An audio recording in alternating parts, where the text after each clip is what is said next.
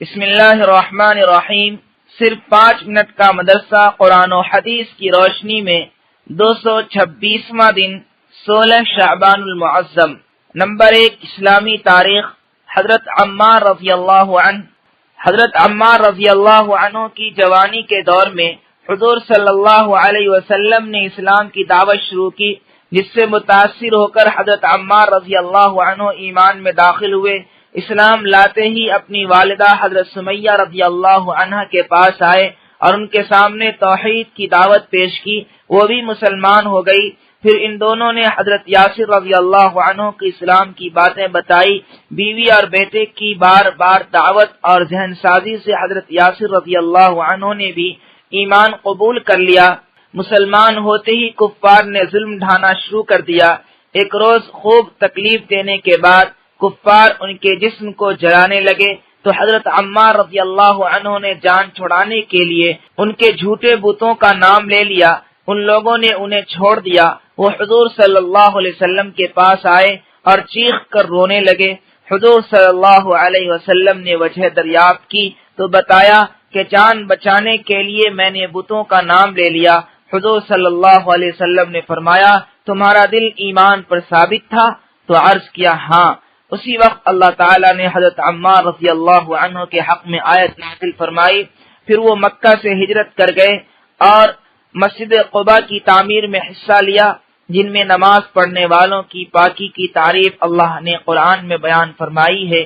حضرت عمار رضی اللہ عنہ حضور صلی اللہ علیہ وسلم کے ساتھ تمام غزوات میں ساتھ رہے۔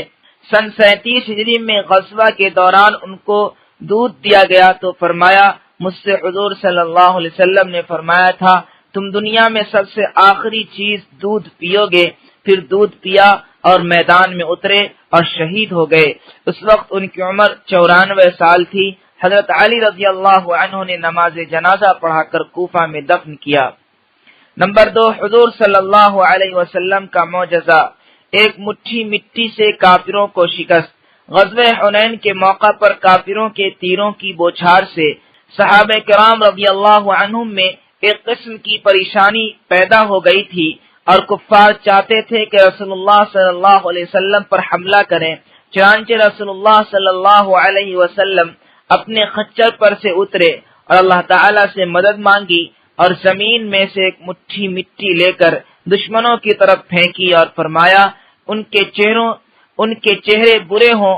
چنانچہ کوئی کافر ایسا نہ تھا جس کی آنکھ مٹی سے نہ بھر گئی ہو اور وہ سب پیٹ پھیر کر بھاگنے لگے۔ نمبر 3، ایک فرض کے بارے میں اذان سن کر نماز کو نہ جانے پر وعید۔ رسول اللہ صلی اللہ علیہ وسلم نے فرمایا، جو شخص اللہ کے منادی یعنی مؤذن کی آواز سنے اور نماز کو نہ جائے تو اس کا یہ فعل سراسر ظلم، کفر اور نفاق ہے۔ نمبر 4، ایک سنت کے بارے میں مسجد میں داخل ہوتے وقت کی دعا۔ جب کوئی مسجد میں داخل ہو تو یہ دعا پڑھیں، اللہم افتح لی ابواب رحمتک، ترجمہ، اے اللہ میرے لیے رحمت کے دروازے کھول دے۔ نمبر 5، ایک اہم عمل کی فضیلت، اللہ ذکر کرنے والے کے ساتھ ہے۔ رسول اللہ صلی اللہ علیہ وسلم نے فرمایا، اللہ تعالیٰ فرماتا ہے کہ میں اس وقت اپنے بندے کے ساتھ ہوتا ہوں جب بندہ مجھے یاد کرتا ہے اور میری یاد میں اس کے ہونٹ ہلتے ہیں۔ نمبر 6، گناہ کے بارے میں شرک کی سزا۔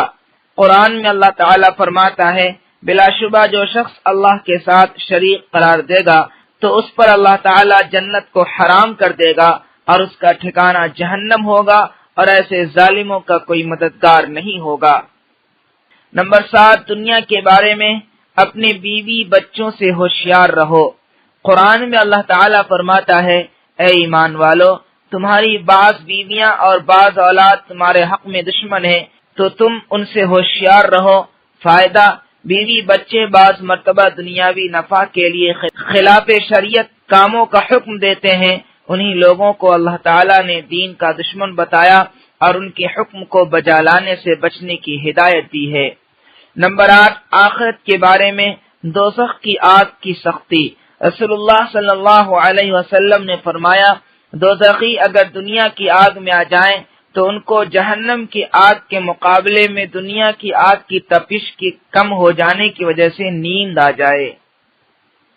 نمبر 9، طب نبوی سے علاج، 3 سانس میں پینے کا فائدہ۔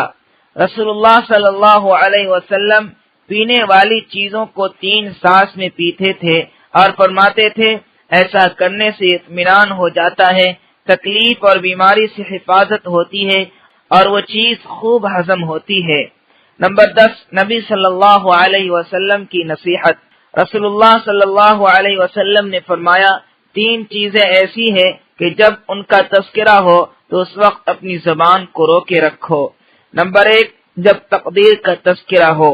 نمبر 2، جب ستاروں کا تذکرہ ہو، یعنی جب یہ عقیدہ بیان کیا جا رہا ہو کہ فلاں ستارے سے بارش ہوتی ہے وغیرہ وغیرہ۔ نمبر 3، جب میرے صحابہ کے اختلاف کا تذکرہ ہو، یعنی ان کو برا کہا جا رہا ہو۔